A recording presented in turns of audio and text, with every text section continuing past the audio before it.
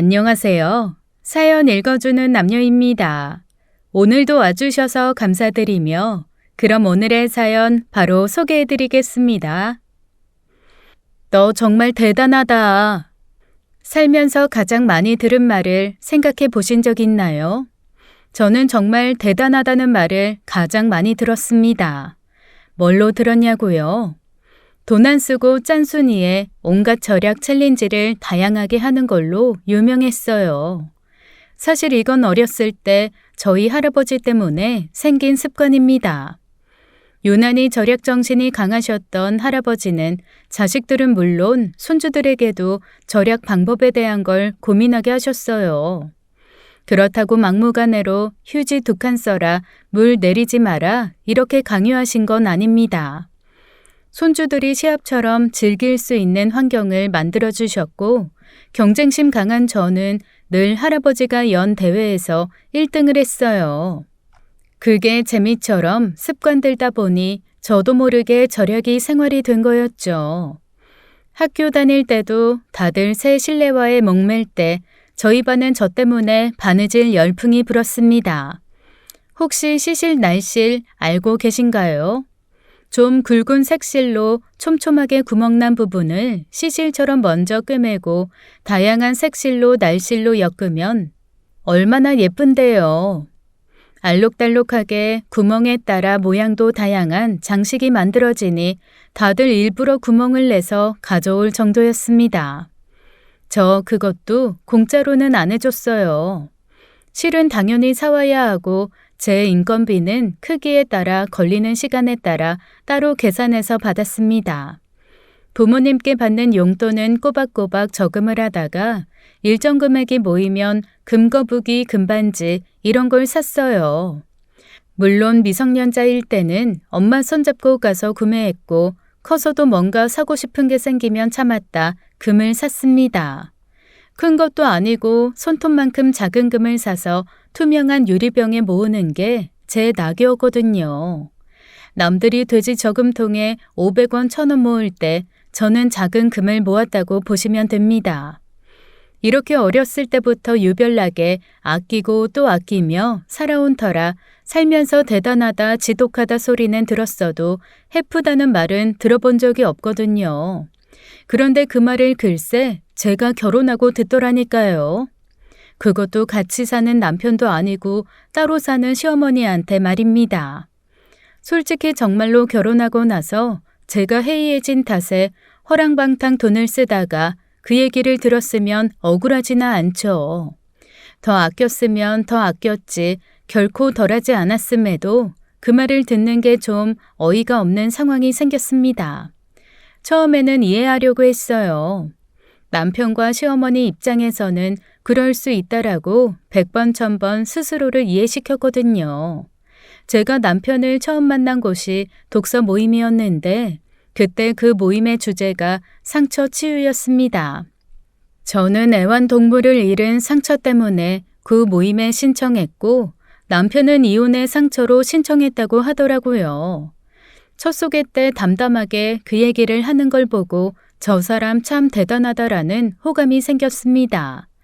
처음부터 그렇게 상황을 알고 한 연애였고 그래서 다 이겨낼 수 있다고 생각했죠. 시어머니가 복병 중에서도 상복병일 줄은 꿈에도 모르고요. 첫 만남은 우연이었습니다. 남편과 데이트를 하고 있는데 머리끝부터 발끝까지 번쩍이는 걸로 뒤집어 쓴 사람이 다가와 딱 앞에 서더라고요. 처음에는 미친 여자인 줄 알았어요. 그런데 대뜸 저한테 삿대질을 하면서 이러는 겁니다. 얘냐? 요즘에 네 지갑 터는 기집애가? 사람이 너무 황당하면 입이 떡 벌어진다더니 그걸 제가 경험했잖아요. 진짜 턱이 툭 떨어지면서 어이없다는 표정을 짓게 되더라고요. 늘 차분하던 남편도 그때만큼은 몹시 당황하며 얼굴을 붉혔습니다. 아, 엄마, 진짜 좀.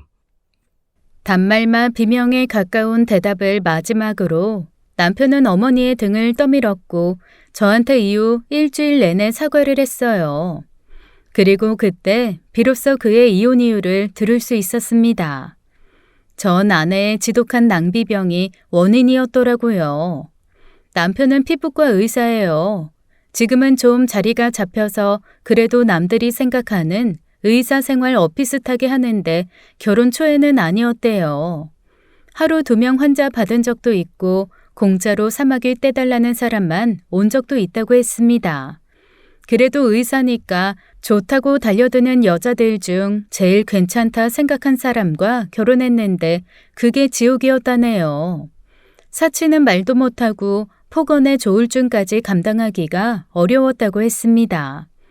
결국 결혼 5년 만에 이혼을 하고 한 1년 정도 아무것도 하지 않았대요.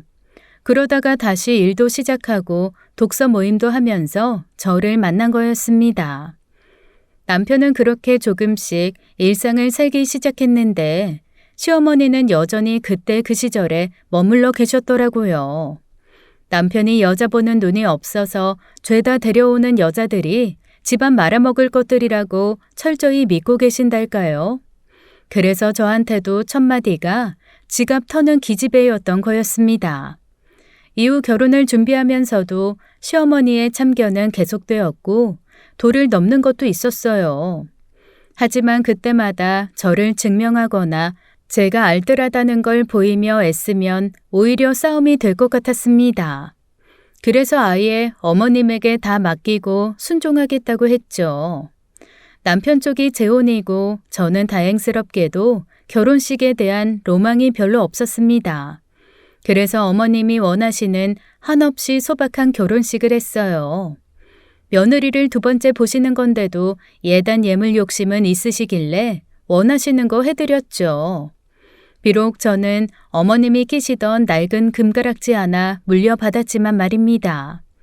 그렇게 초반부터 하시고 싶은 대로 하시라고 했더니 그 다음부터는 대놓고 공격은 안 하시더라고요. 대신 자잘한 참견과 신경 긁기가 시작되었습니다.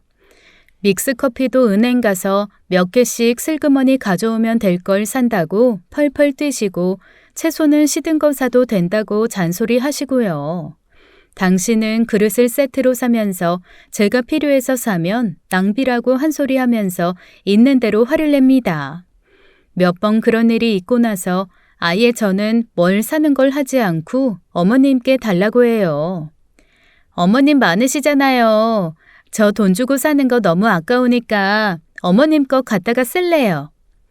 또 당신 물건에 대한 욕심은 한도 끝도 없으신 분이라 몇 번 그렇게 말하며 가져왔더니 좀 참견이 덜해지시더라고요.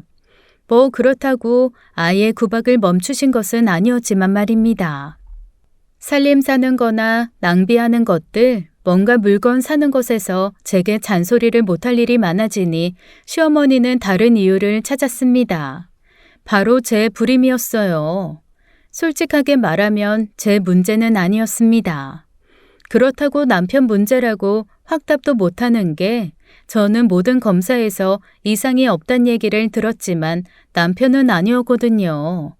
매번 바쁘다는 핑계로 병원 가는 것을 미루고 예약을 한 후에도 가지 않은 적도 있습니다. 누가 되었건 원인을 알아야 거기에 맞게 방법도 생각할 텐데 답답하더라고요. 그렇게 시간은 흘러 결혼 6년 차가 되었고 3년 차 정도부터 시작되었던 어머님의 구박은 점점 거세졌습니다. 아니 멀쩡한 남의 집 대를 끊어도 유분수지. 너 혹시 결혼 전에 이 남자 저 남자랑 해프게 논 거 아니니? 아유, 이래서 결혼 전에 뭐하고 살았는지 조사 필요하고 병원 검진 결과 필요한 건데 저 사랑이라면 눈 멀어서 뛰는 불나방 같은 게 내 새끼라 말도 못하고 아이고 내 팔자야. 어머님의 구박은 점점 더 인신공격으로 변해갔고 저는 인격적인 모독까지 느껴야 했습니다. 물론 처음에는 그런 말에 하나하나 대답을 했죠. 어머님, 전 병원에서 아무 문제가 없대요. 그래서 저 사람이랑 같이 병원 가보려고 하는 건데 저 사람이 죽어도 병원을 안 가잖아요. 원인을 알아야 해결점이 나오죠. 어머님이 저 사람 좀 설득해 주세요. 그러면 하지만 어머님은 제 말은 귀등으로도 듣지 않으시더라고요. 그저 모든 것이 제 탓이고 남편 달래고 어르지 못하는 것도 제가 못나서 그렇다고 했습니다.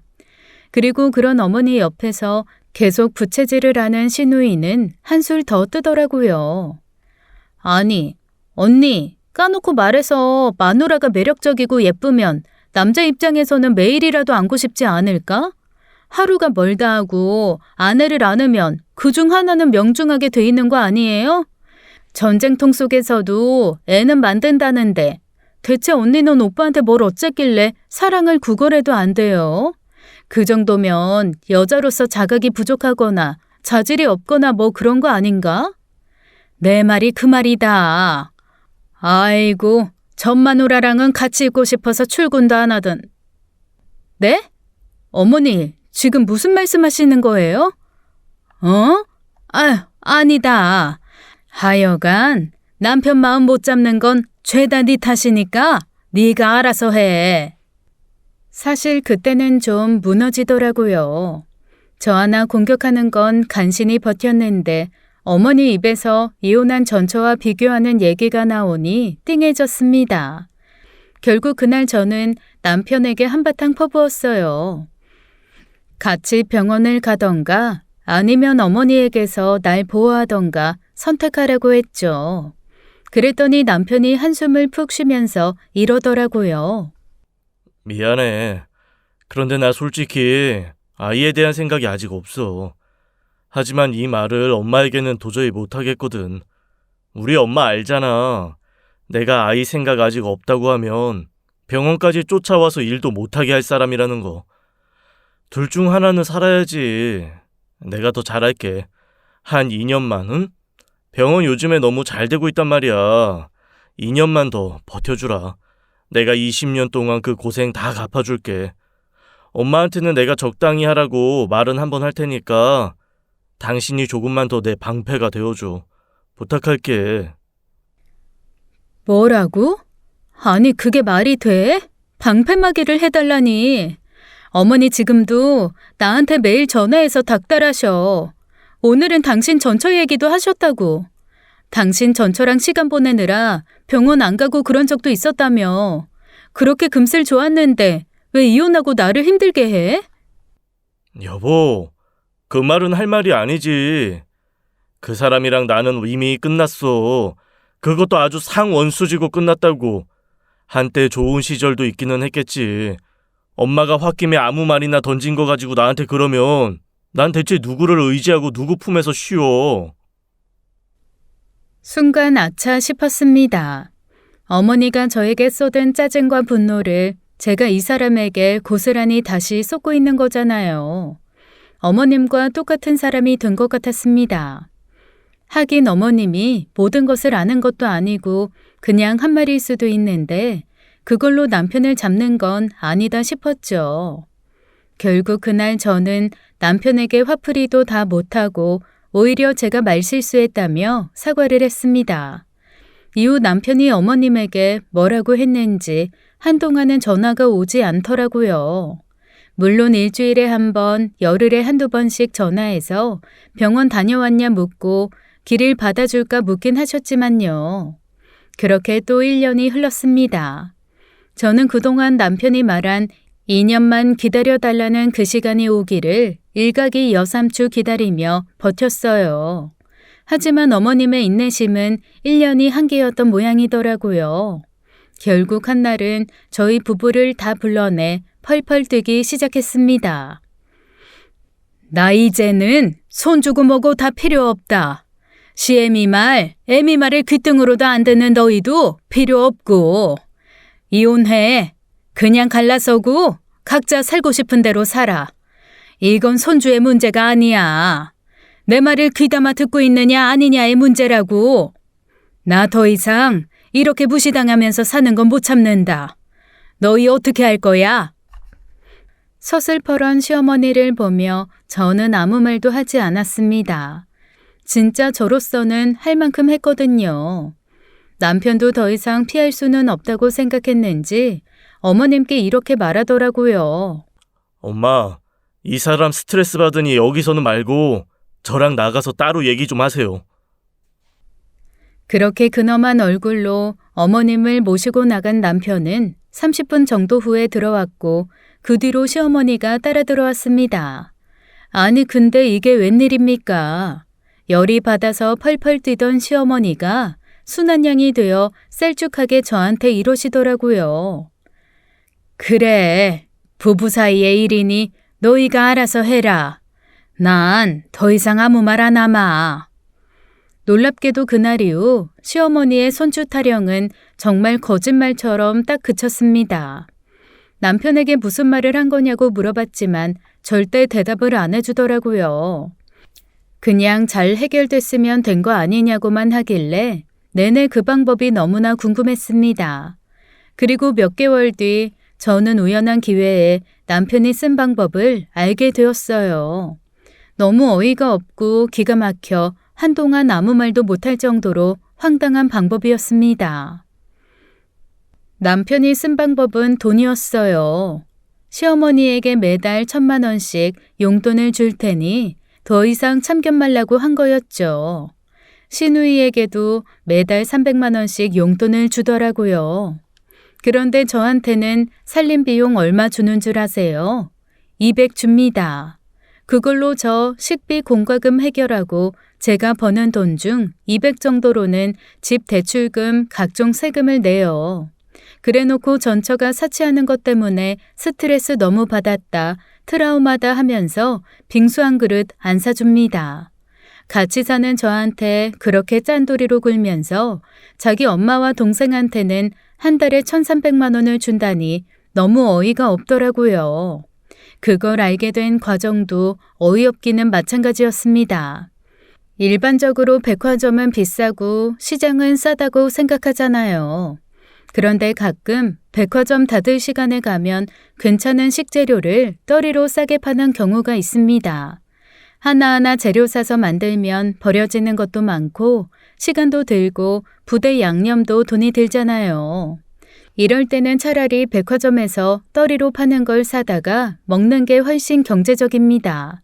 그것도 자주 가다 보니 얼굴 익은 판매자들이 생겨서 나름 단골이라고 더 챙겨주시곤 하거든요. 그날도 장바구니 챙겨서 느지막이 끝나기 한 20분 전에 백화점 식품관으로 갔죠. 혼자서 머리싸매 계산하면서 어떤 게 가성비가 좋은지 골똘히 고민하고 있는데 익숙한 목소리가 들렸습니다. 엄마, 그거 아까 220이면 진짜 거전데. 아니 뭘 망설이는 거야. 야, 그거 살 바에 한 200 더 보태서 좀 더 큰 거 사는 게 낫지. 안 그래? 내가 나이도 있고 사회적 지위도 있는데 손바닥만한 가방 들고 다니면 그게 채신이 서니? 하긴 그래. 근데 엄마, 나 아까 좀 놀랐다. 아니 거긴 언제 그렇게 다니면서 포인트를 쌓았대? 벌써 엄마 VVIP던데? 거기 VVIP 되려면 3개월에 5,000원 써야 하는 거 아니었어? 야, 안 그래도 VVIP 되면 연말에 파티도 초대하고 선물도 보내준다고 하더라고. 아이고 매니저가 얼마나 꼬시는지. 근데 네 오빠가 나 월에 꼴랑 1,000 주잖냐. 그걸로 3개월에 5,000이 어떻게 채워지겠어? 그래서 지난달에 네 오빠 끌고 와서 3,000 한 번에 채우고 내가 조금씩 더 채운 거랑 해서 5,000 만든 거야. 오빠가 지난달에 엄마 거기서 3,000이나 뭘 사줬다고? 아, 나 이 인간이 진짜 안 되겠네. 내일부터 내가 새언니를 좀 달달 볶아야 내 입도 막으려고 돈 좀 쓰겠구만. 와 씨, 안 그래도 난 꼴랑 300 주고 엄마한테 다달이 1,000씩 주는 것도 억울하구만. 어머머, 얘 너랑 나랑 같니? 그리고 군소리 말고 가만히 있어. 그냥 너도 주말쯤 죽는 소리 한번 하면서 살살 달래서 백화점 데리고 나와. 너 아까 그 샤머시기 트위드 한 벌 입고 싶다며. 그거 사달라고 해. 그럴까? 안 그래도 면접 갈 때 입으로 사준다고 했는데 그거 입고 면접 가야겠다고 해야겠다. 순간 주변에 복잡하고 시끄러운 모든 것이 사라지고 저 혼자 남은 듯한 허무함이 밀려왔습니다. 왜 뮤지컬이나 연극 보면 갑자기 주변 모든 불이 꺼지고 핀 조명 하나가 주인공을 비추잖아요. 분명 주변에 복잡한 것들이 늘어서 있음에도 불구하고 오직 무대에 외로운 주인공 하나 선 모습이 딱 저였습니다. 손에 든 것을 툭 떨어뜨렸고 안에 들어있던 음식들이 서로 엉켜 엉망이 되었음에도 아무 생각이 안 났어요. 시어머니와 시누이는 제가 보고 들었다는 건 전혀 알지도 못한 채 내일 쇼핑 계획을 세우며 사라졌습니다. 터덜터덜 집에 오는 길이 얼마나 멀고 허무하고 외롭던지 집에 와서도 불도 켜지 않고 멍하게 앉아 있었어요. 남편이 퇴근해서 들어와서는 무심히 묻더라고요. 뭐야, 왜 전화도 안 받고. 나 오늘 삼겹살 엄청 땡겼는데 전화 안 받아서 그냥 밖에서 먹고 왔어. 불 끄고 뭐 하는 거야? 그래서 그걸 혼자 먹고 왔다고? 내가 전화 안 받으면 고기 사와서 같이 먹을 생각은 안 했어? 아, 왜 또 시비야? 왜? 뭔데? 뭐가 또 그렇게 불만이야? 아니, 당신은 고기 별로 좋아하지도 않아서 끄적이다 말잖아, 그냥. 그리고 집에서 구우면 이것저것 또 같이 먹을 것도 사야 하고, 그냥 간단하게 1인 식사 되는 곳에서 먹고 왔다는데 그것도 불만이야? 그러게 왜 전화를 안 받아? 아, 내 탓이구나. 전화 안 받은 것도 내 탓이고 애 안 생기는 것도 내 탓이고.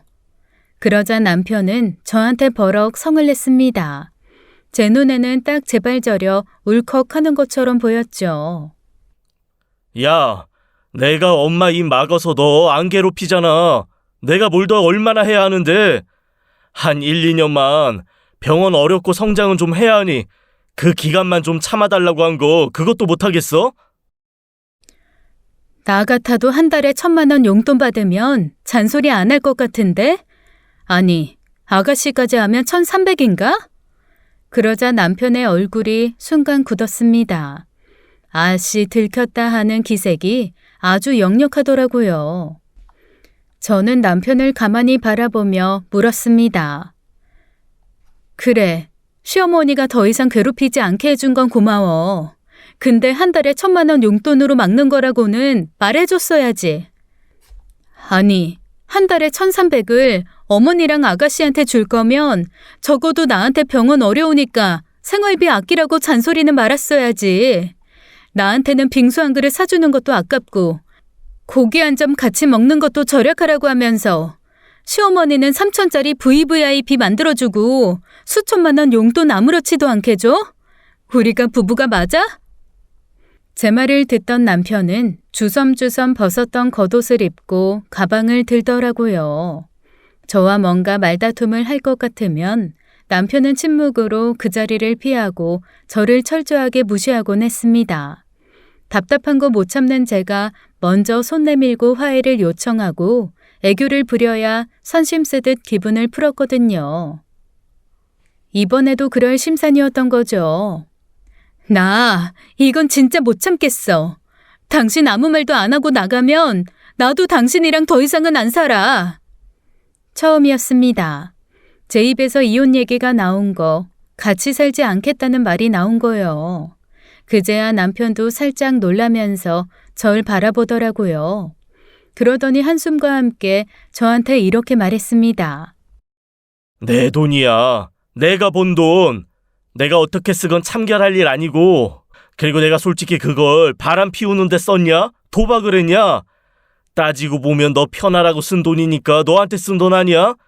내 돈 내가 어떻게 쓰건 우리 엄마랑 동생이 내가 준 돈으로 뭐라건 네가 상관할 바는 아니지. 그러고 딱 방으로 들어가 버리는데 문이 닫히는 그 소리와 함께 제 마음의 문도 닫히고 말았어요. 정이 딱 떨어지더라고요. 아, 이 사람이랑은 못 살겠다라는 생각에 며칠 우울하고 밥도 넘어가지 않았습니다. 먹으면 체하고 살짝 미열도 오르고 몸이 영 회복이 안 되어 결국 병원을 찾았죠.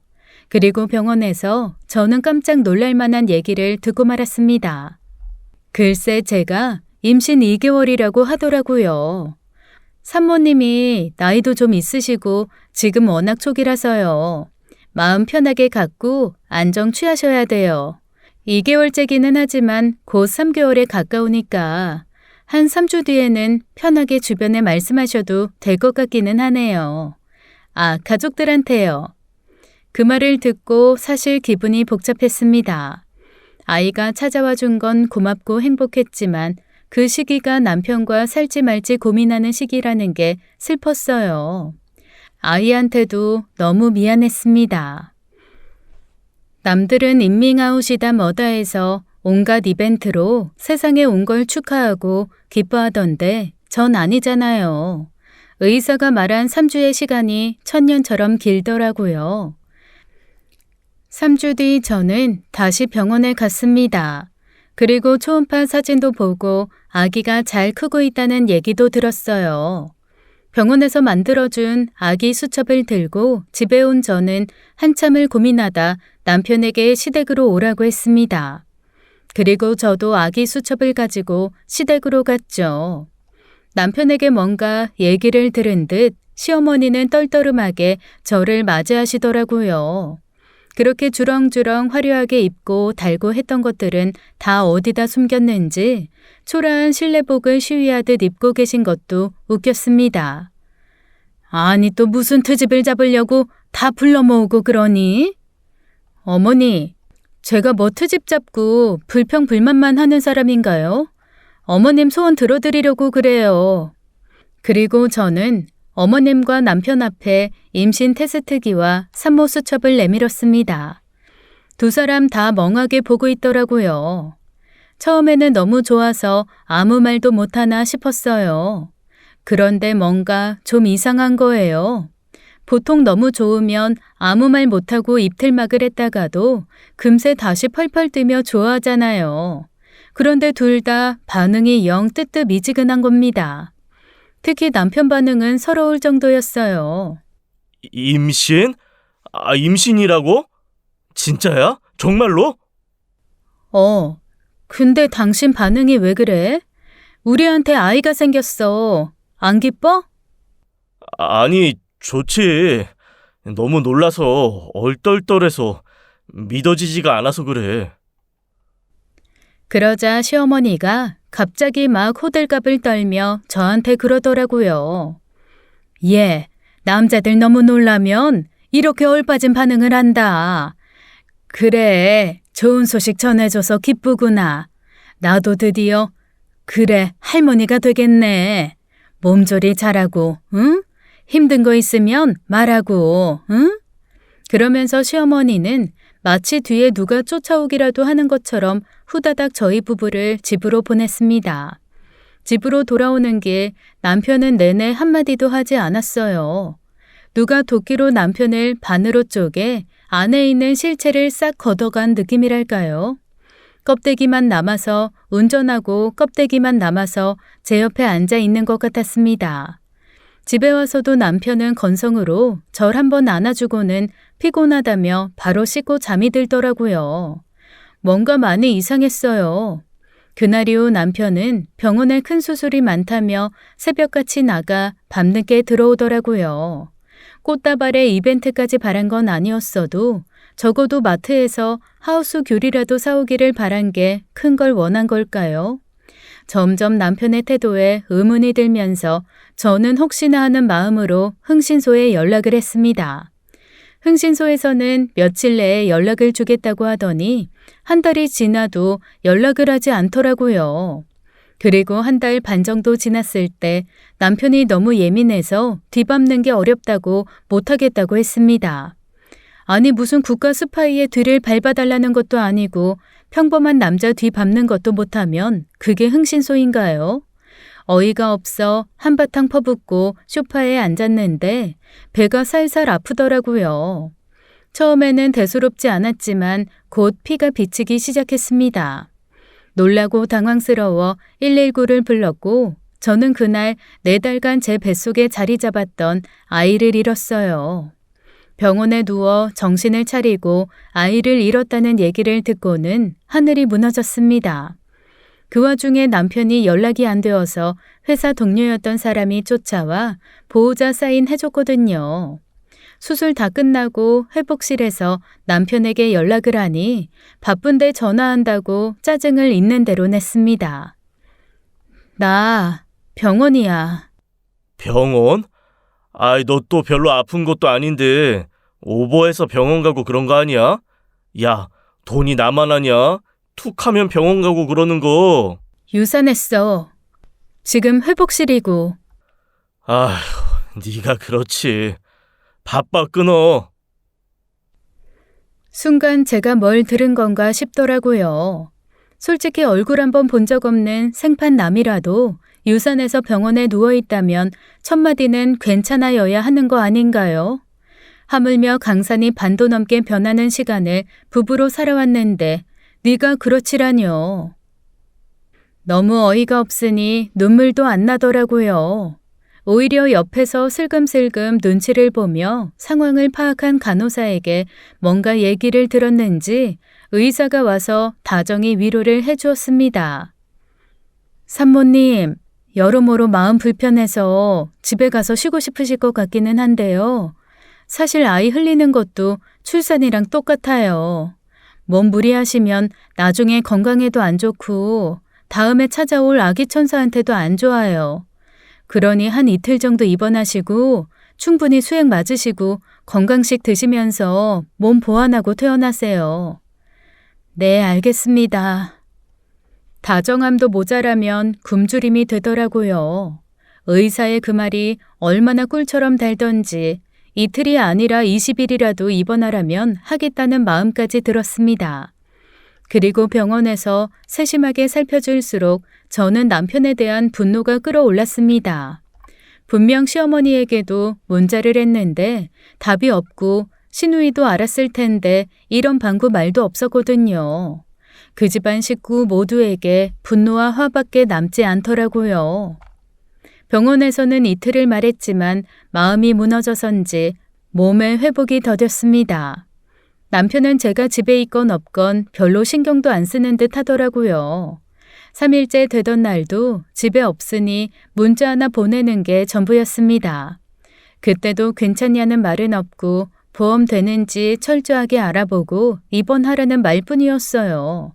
그때부터 이거 사람 아니구나 하는 생각이 들었습니다. 제가 결혼 전에 강아지를 한 마리 키우다가 강아지 나이 13살에 하늘나라 보내고 힘들어한 적이 있거든요. 그것 때문에 독서 모임도 나가 저 인간을 만난 거였고요. 사실 그때 강아지 하늘나라 보내면서 제가 깨달았던 건 하나였습니다. 말도 통하지 않고 종도 다르지만 생명체가 살 부대끼며 한 집에서 조석으로 밥 먹고 살면 식구라는 거요. 그랬기에 그 친구를 하늘나라 보내고 제가 무너지듯 아프고 슬펐던 거 아니겠어요? 그냥 키우던 짐승이 아닌 식구를 떠나보낸 거니까요. 그런데 남편은 저를 그 개만도 못한 사람 취급하고 있는 게 분명했습니다. 어쨌거나 자기 아내고 자기 아이를 품다가 이렇게 된 건데 이건 아니죠. 지구 끝에 있었더라도 와서 얼굴 봐야 하는 게 정상 아닌가요? 분노가 펄펄 끓어오르니 오히려 생각과 마음은 차갑게 식기 시작했습니다. 상판 보고 한 번은 내질러줘야 이혼을 할 때 하더라도 속이 풀리겠더라고요. 그래서 일주일 정도 입원하고 바로 미용실부터 예약했습니다. 마치 갑옷을 갖춰 입는 마음으로 머리를 하고 메이크업도 받았어요. 추레한 모습에 진짜 병원에서 갓 나온 비실비실한 사람이 메이크업과 머리를 하니 좀 이상했나 봅니다. 머리 해주시는 분이 조용히 묻더라고요. 오늘 어디 가세요? 몸이 안 좋아 보이시는데. 유산하고 누워있는데 한번 와보지도 않은 남편 보러 가요. 순간 온 미용실에 침묵이 감돌았습니다. 그리고 순식간에 몇 명의 사람이 말없이 다가와 누가 먼저랄 것도 없이 절 단장해 주더라고요. 제가 요청하지도 않은 네일아트를 해주고 머리에 볼륨 가득한 드라이에 핀도 잔뜩 꽂아주고요. 그리고 30%나 할인을 해주면서 힘내라고 나와서 인사까지 해주는데 눈물이 날 뻔했습니다. 누군가가 나를 응원해서 나는 눈물이 아니었어요. 이렇게 생판 모르는 남도 어이없어하며 묻지도 따지지도 않고 내 편을 들어줄 정도로 이 상황이 어이없는 거잖아요. 그렇게 머리 끝부터 발끝까지 잔뜩 꾸미고 남편의 병원으로 향했습니다. 계속 전화가 왔지만 받지 않았어요. 제가 남편 카드로 긁었거든요. 미용실에서 30만 원이 넘게 긁혔으니 당연히 난리가 났겠죠. 사실 병원비를 긁으려고 했는데 어제 남편이 저한테 이런 문자를 했거든요. 보험 받으면 어차피 돈 낸 거보다 좀 더 들어올 수도 있으니 제 카드로 병원비 내라고 말입니다. 괜히 내 걸로 병원 긁지 말고 네 걸로 내. 그리고 보험금 더 들어오면 그거 반씩 나누고. 어차피 살림에 보태기는 해야 하잖아. 여튼 퇴원하고 집에 오면 연락해.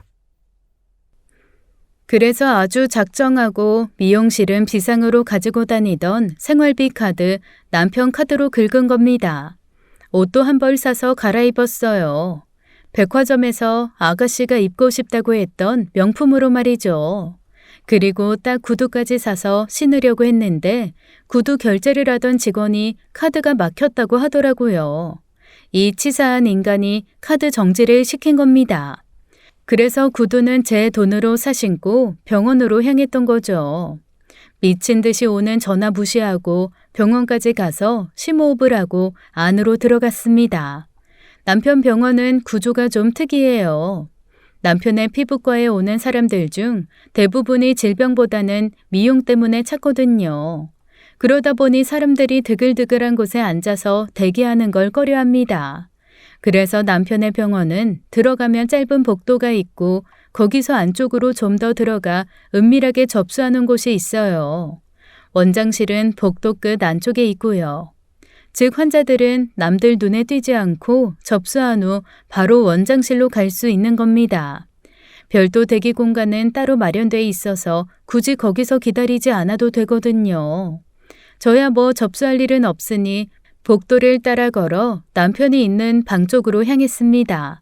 그런데 그때 거기에서 충격적인 소리를 듣게 되었어요. 남편이었어요. 그러니까 잘 묶은 줄 알았는데 어쩌겠어. 가끔 그런 일 있대. 너랑도 그랬는데 얘랑 안 그러라는 법 있냐? 몰라 의사놈 멱살을 잡던가 해야지. 나오면 키우기야 했겠지. 여튼 괜히 재혼했어. 애도 못 낳는 패급인데. 몰라.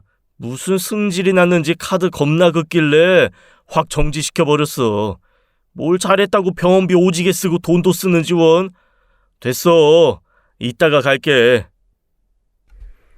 다리에 힘이 풀려 그 자리에 주저앉았습니다. 뭔가 입을 열어 말을 해야 하는데 꽉 막혀서 나오지 않더라고요.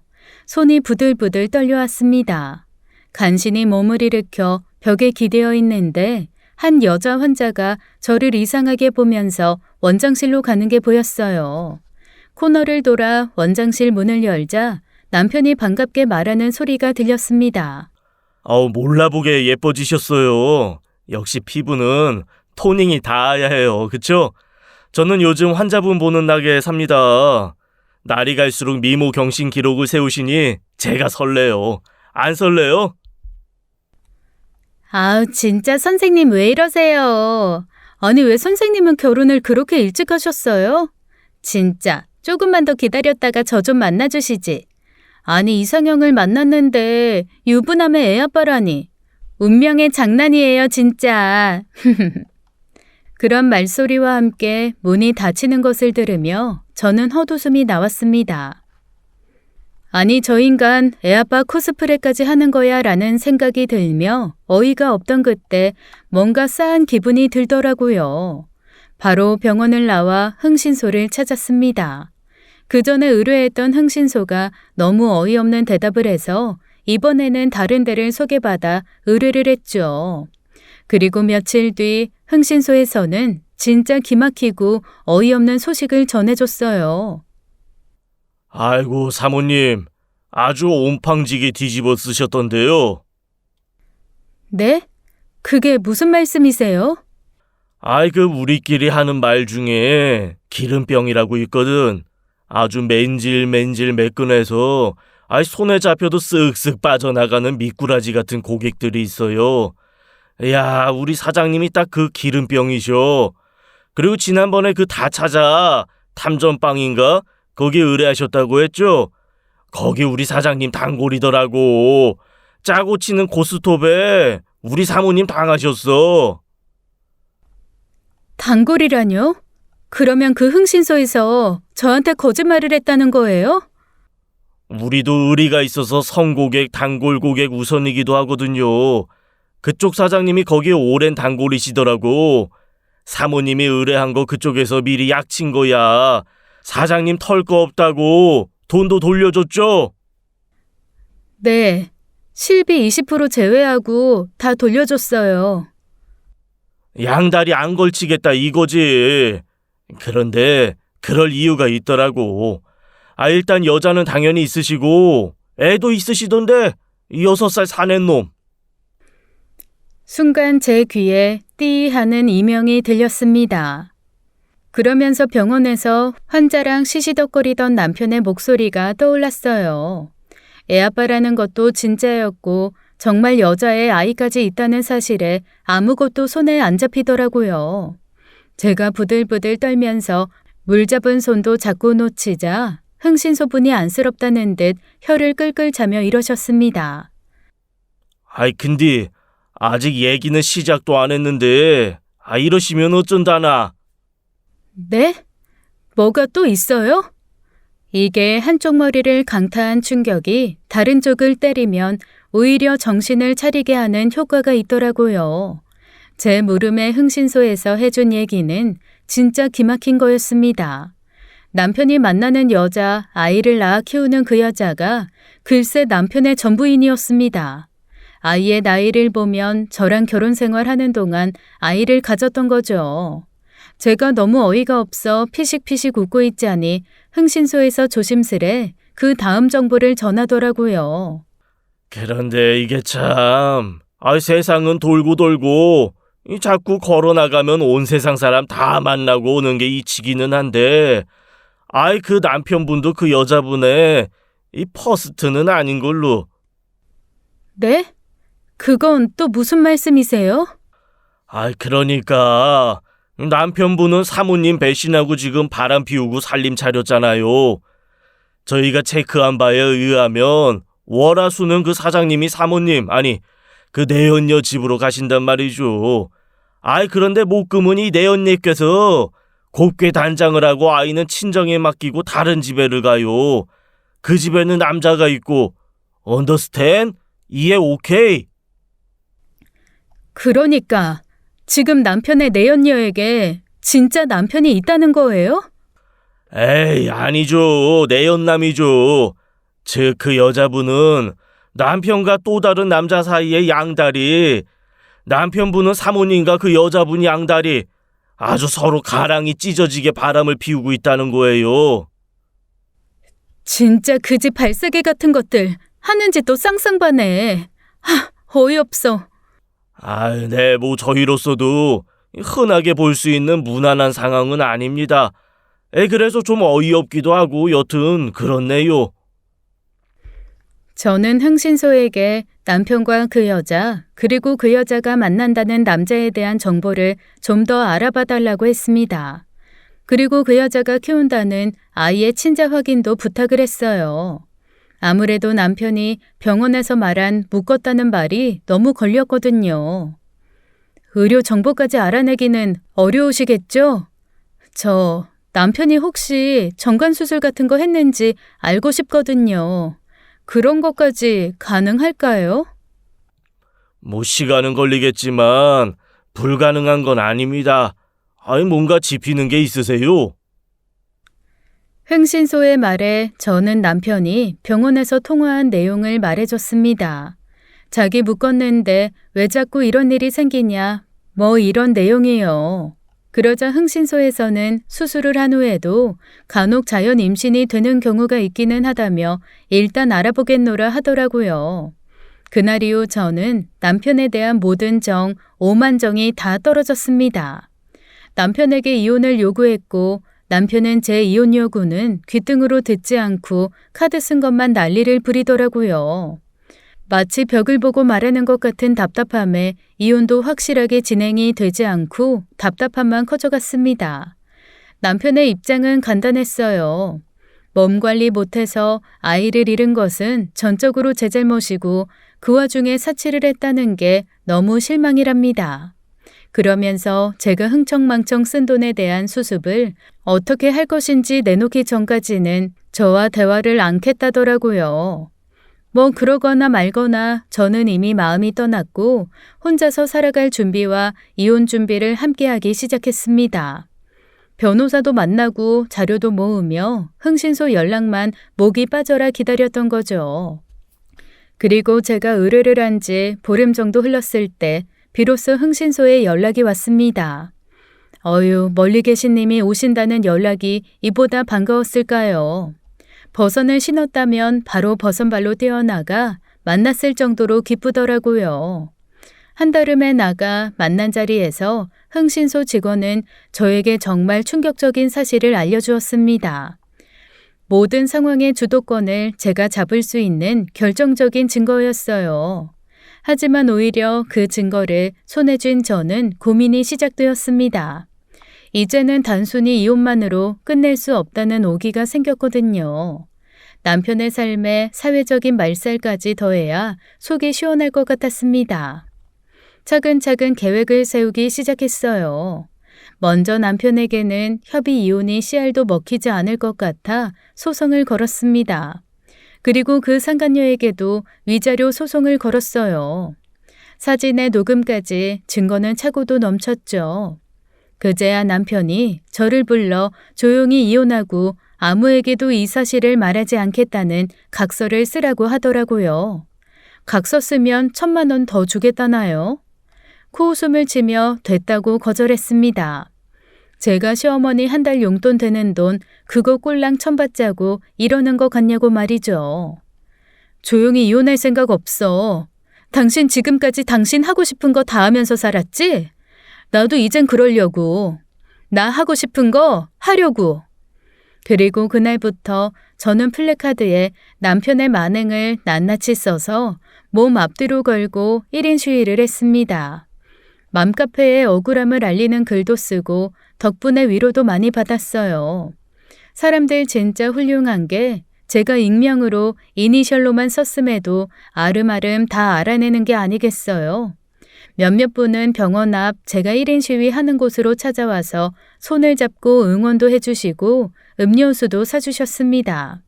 물론 남편도 가만히 있지는 않더라고요. 뭐가 그렇게 잘났는지 직원들 통해 저를 끌어내기도 하고 경찰에 신고도 했지만 뭘 할 수 있는 건 없습니다. 헌법의 집회 및 시위의 자유는 국민의 권리라고 돼 있으니까요. 제가 없는 사실을 쓴 것도 아니고 영업에 직접적인 방해를 한 것도 아닙니다. 그저 남편이 한 짓을 써서 붙이고 서 있을 뿐인데 그게 왜 불법입니까? 여기 특정인 이름 있나요? 병원명 없잖아요. 보세요. 분명히 제가 모 피부과 의원의 김모 의사라고 했잖아요. 그냥 저는 여기 서 있는 게 좋아서 서 있을 뿐입니다.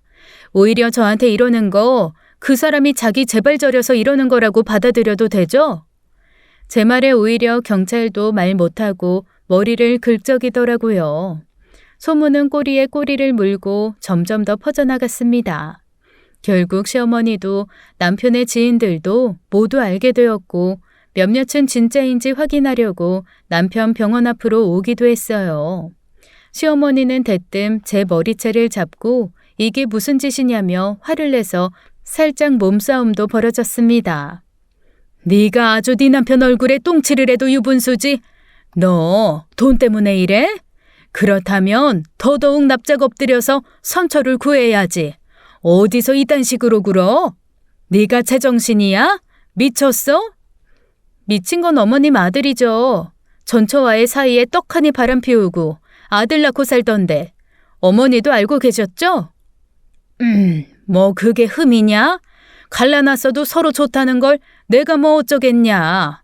아니 그렇게 다 알았으면 그것까지도 품겠다는 마음을 가져야 하는 거 아니니? 네 마음이 그렇게 콩깍지 속처럼 좁아 터지니까 애도 싫다고 들어섰다 가버리는 거 아니겠어? 그 말을 듣는 순간 정말 꼭지가 돌더라고요. 안 그래도 시어머니가 온 날 제가 원하던 소식을 막 들은 참이었습니다.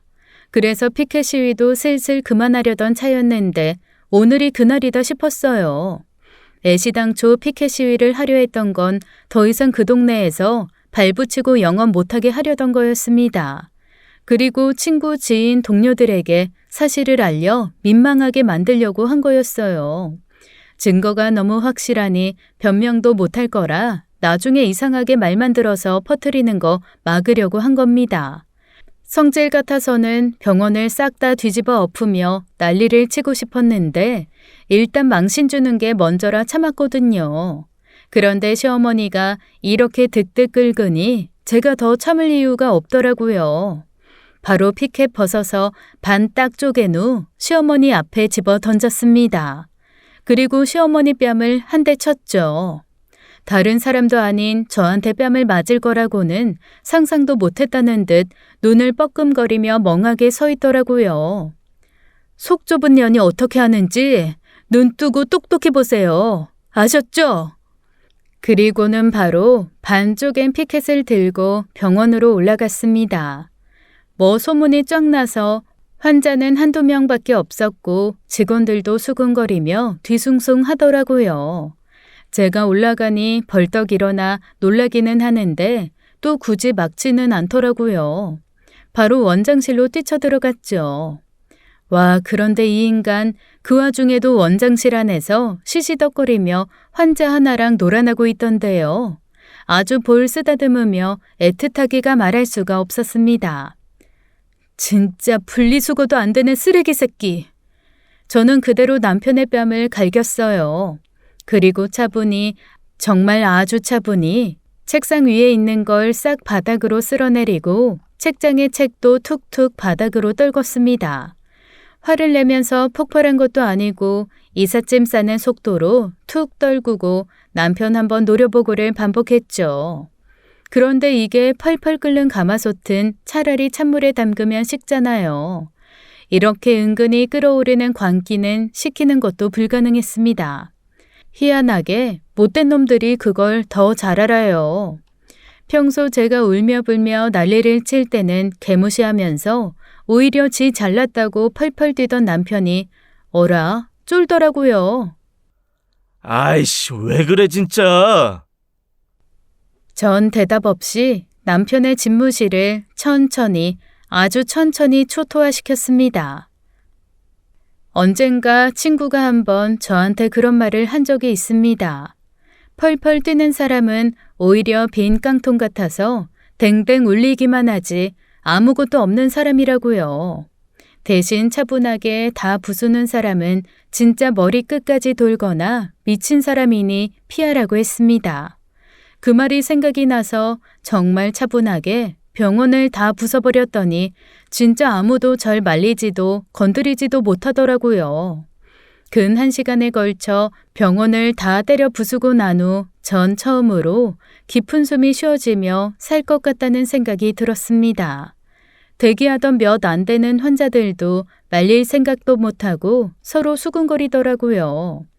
뭐 다들 한 번씩 소문은 들었을 거고 눈으로 그 현장을 확인한 거겠죠. 전 죄다 때려 부수고 천천히 병원을 나왔습니다. 그리고 그 길로 변호사에게 가서 빠르게 이혼 절차를 진행해달라고 했어요.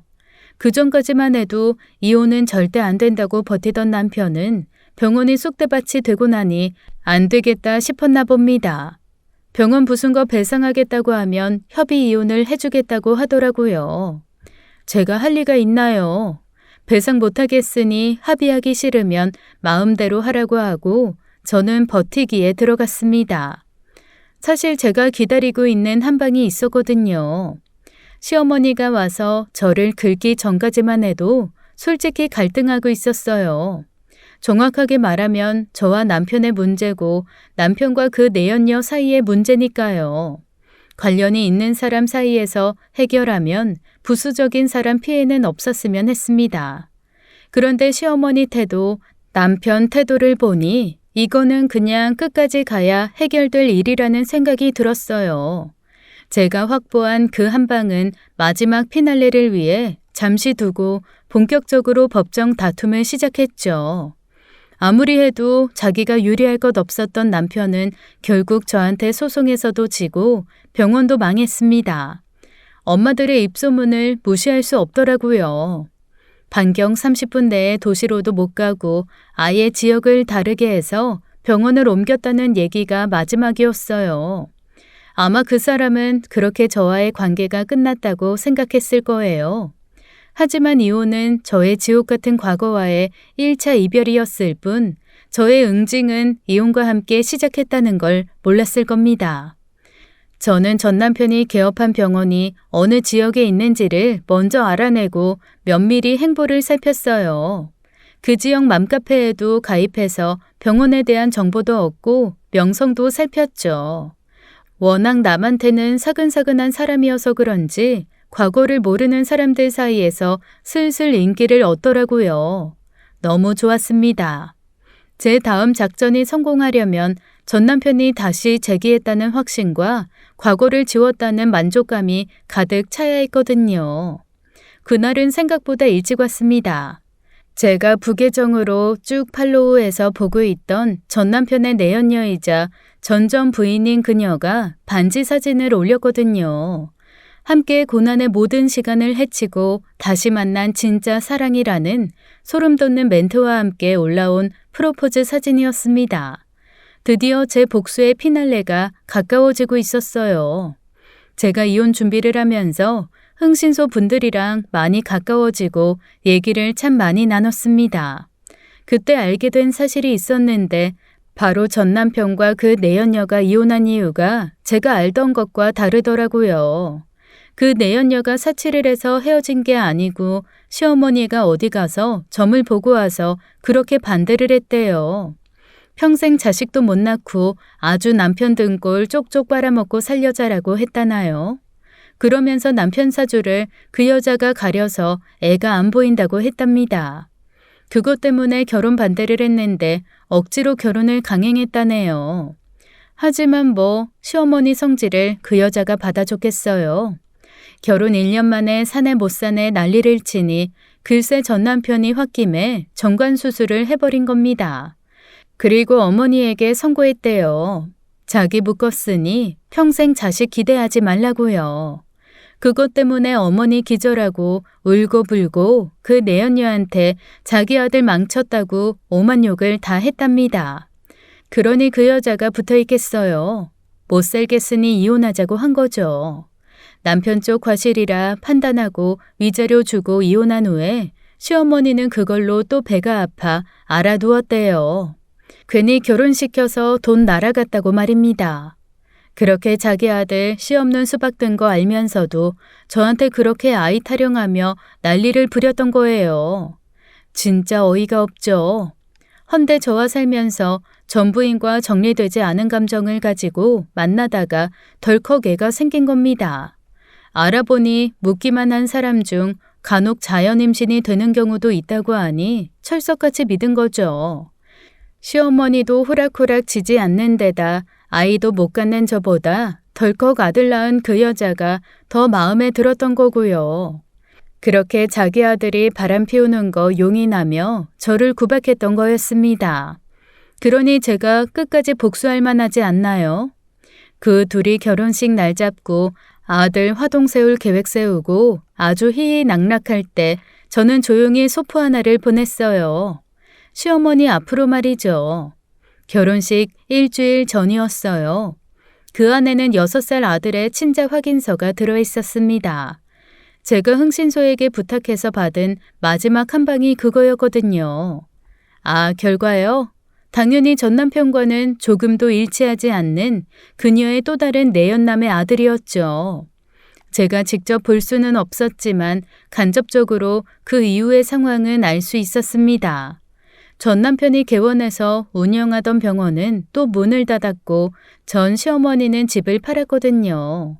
이제는 저와 단골 그 이상의 관계가 된 흥신소에서 툭 던져준 소식은 이랬습니다. 아이, 아들이랑 엄마랑 아주 대픈 싸우고 평생 보지 말자는 말까지 한 것 같던데 어머니 다 정리해서 요양원 들어가셨어. 에휴, 그런데 거기서도 성질머리 있는 대로 부려서 들어간 지 이 보름도 안 돼서 요양보호사들이 다 피한다더라고. 그리고 전부인이자 현부인이 되려고 했던 그 여자는 어디 지방으로 이사를 갔다고 했어요. 집도 금매로 내놓고 한밤중에 자는 애 들쳐업고 도망치듯 이사를 갔대요. 이후에 한번 전 남편이 새로 개원한 병원을 찾아가 봤습니다. 끝을 제 눈으로 보고 싶었거든요. 금매 써붙인 병원 문을 보는데 10년 묵은 채증이 다 내려가더라고요. 아주 대한민국 어디서도 의사 노릇 못하게 앞으로도 제가 아주 끝까지 지켜볼 겁니다. 지금까지 사연 읽어주는 남녀였습니다. 끝까지 시청해주신 여러분 감사드리며 저희는 다음 사연으로 돌아올게요. 감사합니다.